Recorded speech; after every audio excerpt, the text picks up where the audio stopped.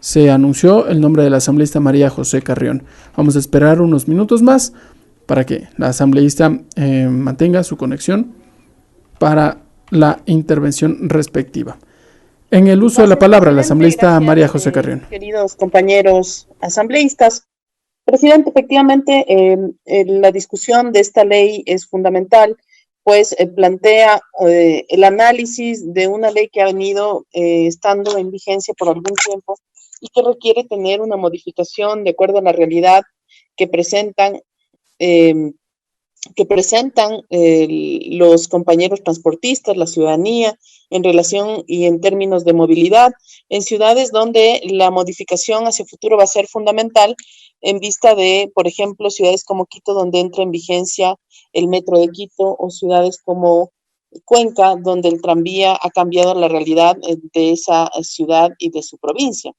Efectivamente, creo que también es muy importante reconocer todas aquellas comparecencias de los ciudadanos que durante estos días se han pronunciado en relación a la ley, en relación a aquellos aspectos que deberían ser modificados, que deberían ser planteados, que deberían ser contemplados la posibilidad de permanecer dentro de la norma y aquellos elementos que siendo importantes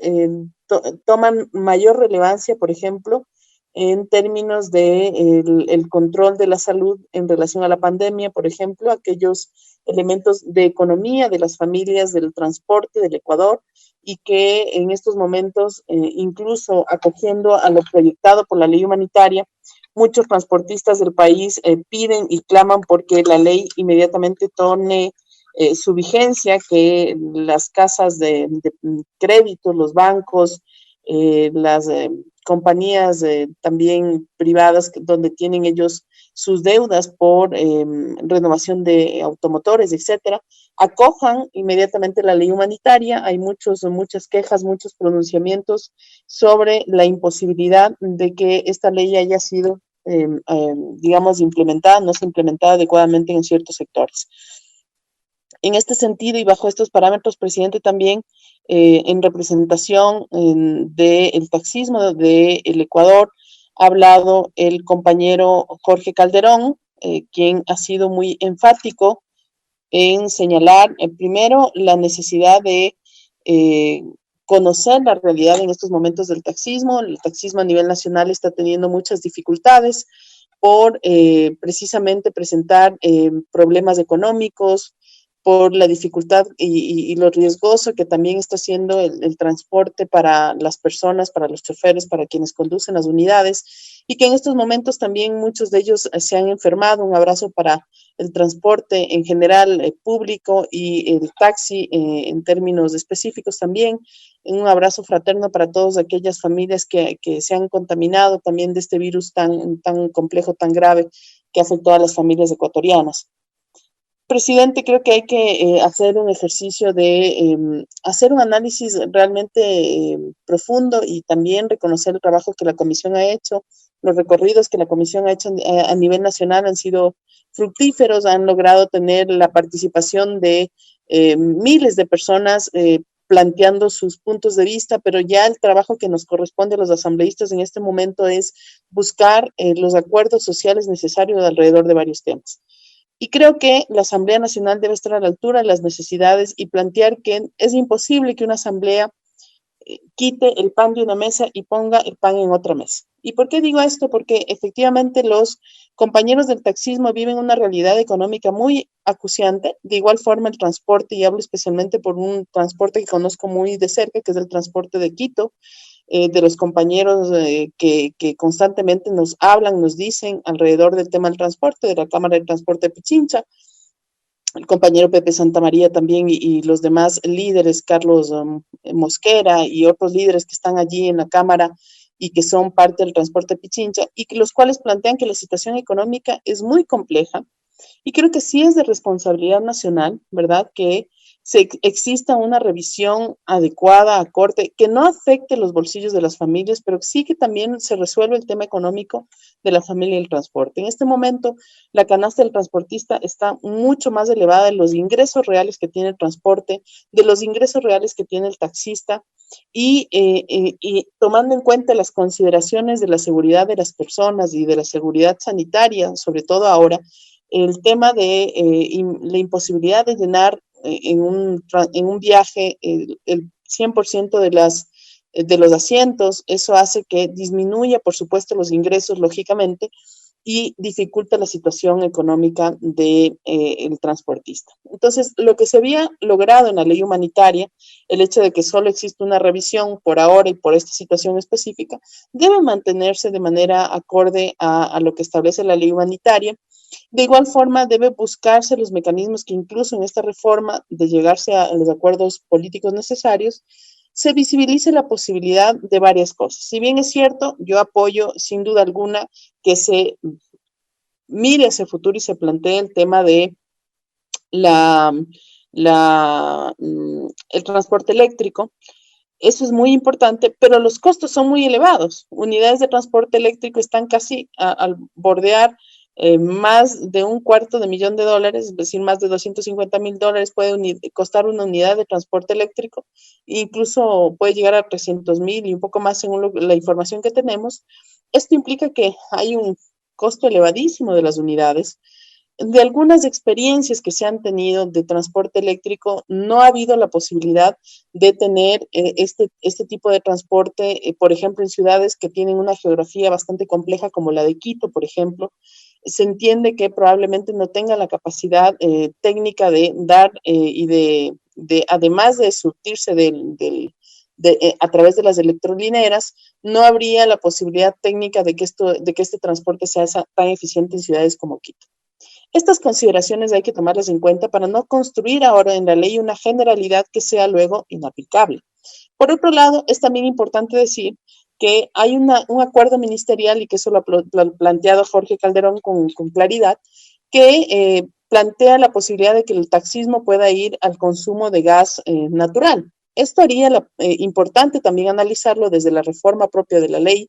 para que efectivamente se pueda dar esta posibilidad al transporte de ir hacia el consumo del gas natural, y en este sentido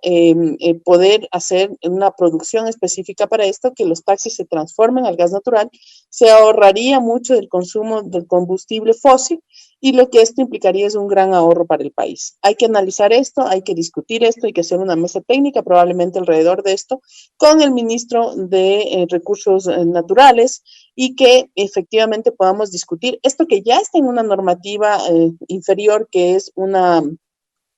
acuerdo ministerial, un decreto presidencial, perdón, y que podría subir inmediatamente a calidad de ley. Y en ese sentido también discutir qué beneficios tendríamos para el país el ahorro del consumo de las más de 80,000 unidades de taxi si se transforman al gas. Sería muy importante también hacer ese análisis técnico económico para ver la viabilidad de esto, y que de hecho ya hay algunas unidades de taxi con estas condiciones en Guayaquil, en Guayas, donde vienen funcionando con absoluta regularidad. Otro tema muy importante también es que existe una complementariedad en el control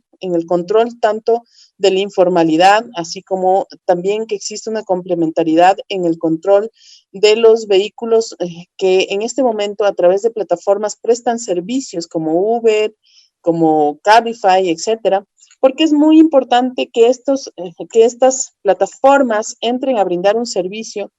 con las garantías que te da el servicio del taxismo. ¿Qué garantías son? Tienen casi 11 tipos de identidades, es decir, una unidad de taxi tiene los números pintados, tiene placas especiales, tiene identidades en todo el carro, además que el chofer tiene un tipo de licencia específica para poder hacer el servicio, tiene las revisiones vehiculares, tiene el control de las propias compañías a las que pertenecen. Todo esto implica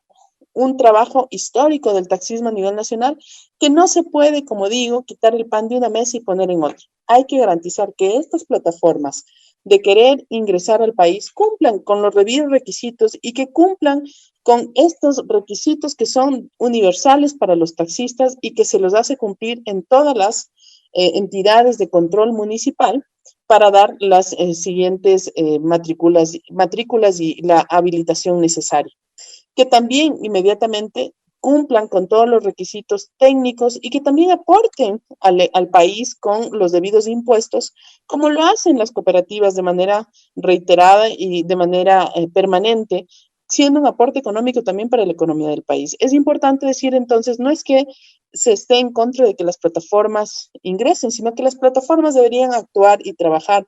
con aquellas plataformas técnicas y estructurales que tienen históricamente, no tecnológicas, pero también ya ahora incorporando la tecnología, pero con todas aquellas plataformas que se tienen en términos de organización de las cooperativas, etcétera.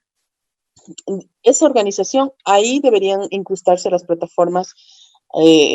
estas nuevas como Uber y demás. En el caso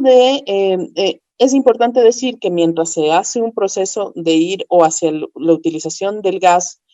natural o, en su defecto, la utilización de buses que tengan adecuado costo, que no impliquen un gasto enorme, porque además hay que decir, el transporte público, la mayoría son empresas privadas, familiares, es decir, el dueño del transporte de una unidad de bus, luego su hijo pasa a ser dueño de esa unidad de bus y hay una historia familiar y una historia de desarrollo económico de esas familias en relación al transporte. Por tanto, en este tema es importante también decir que hay un tema de inversión económica y que no se puede dejar de lado lo que las han invertido, en este caso, los dueños de las unidades de transporte. Y decir que si se va a hacer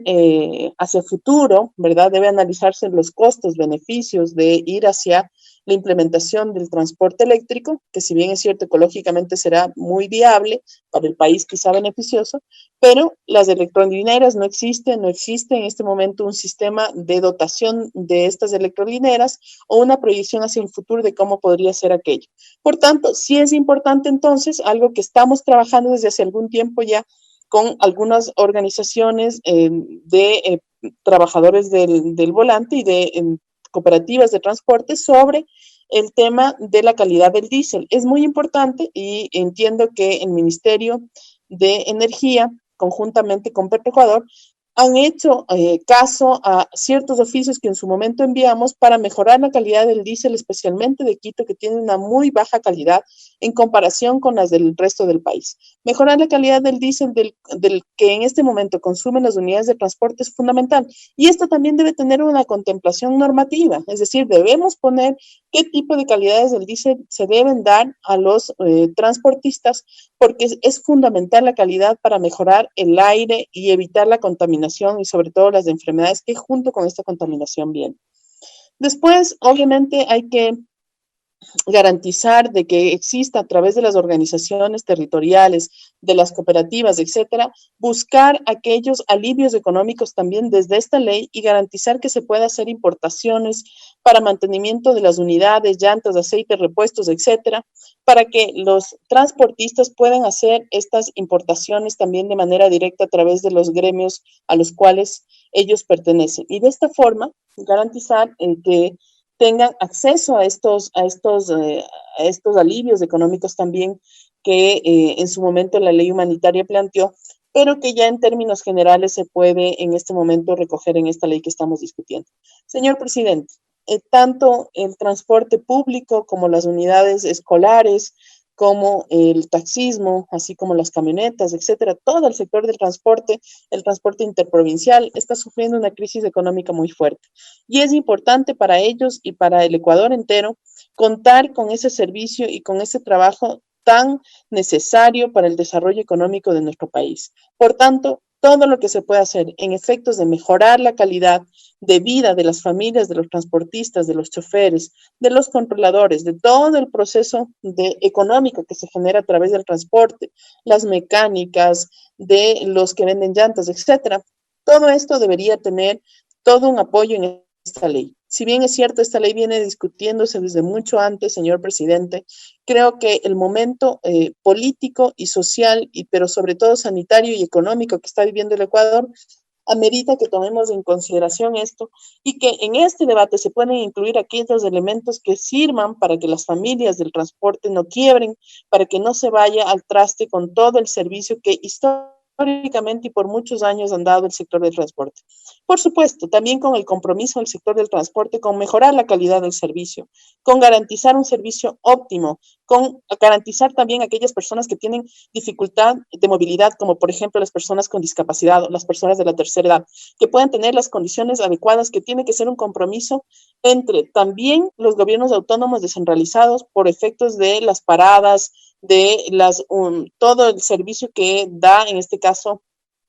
las alcaldías especialmente, con las veredas, las paradas, etcétera, que son obras específicas que tienen que establecer los municipios. Si hacemos una adecuada sinergia desde esta ley para garantizar una mejoría efectiva y contundente de la situación del transporte, va a ser fundamental. En Quito no se ha aumentado la tarifa de 25 centavos, eso está matando a las familias del transporte, no tienen una situación económica óptima. Otro tema también importante y que hay que decirlo, ¿qué va a pasar con todos aquellas furgonetas que daban el transporte escolar? ¿Qué tipo de red de direccionamiento se puede dar desde nosotros? ¿Cómo podemos ayudar a esas familias que están endeudadas, que no tienen ya estudiantes que movilizar, que tienen una situación económica muy compleja y que están esperando también que haya un apoyo desde esta Asamblea Nacional? Creo que debemos pensar en todos aquellos elementos, presidente, y yo sí creo que es necesario que el presidente de esta comisión, a quien nuevamente ratifico, felicito por esa apertura, escuchar a todo el mundo y que en varias ocasiones me ha recibido con el sector del transporte pichinche, con el taxismo a nivel nacional, pedirle que por favor hagan los mejores esfuerzos por tomar en consideración todos aquellos elementos que han salido este año, que no han sido contemplados en años anteriores por la situación ahora específica que estamos viviendo. Es un tema muy delicado, la situación económica del transporte, y ojalá también poder poner en una transitoria que se darán esos créditos especiales para el sector del transporte, que accederán efectivamente a través de lo que establece la ley humanitaria, pero podemos poner aquí un énfasis en el tema del transporte para que este sector acceda a los créditos suficientes,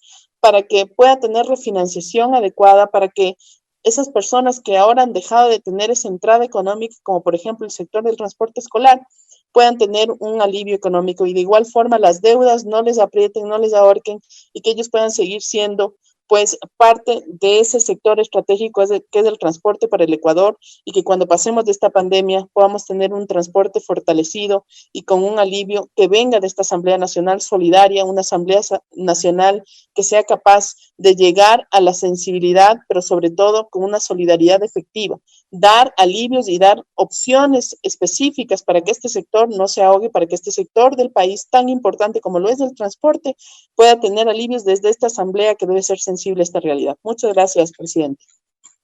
Gracias a usted, asambleísta María José Carrión. En este momento, queridos colegas asambleístas, buenas tardes. Asumo desde este momento el conducir esta sesión, por lo cual les traslado a conocimiento que existen más de 15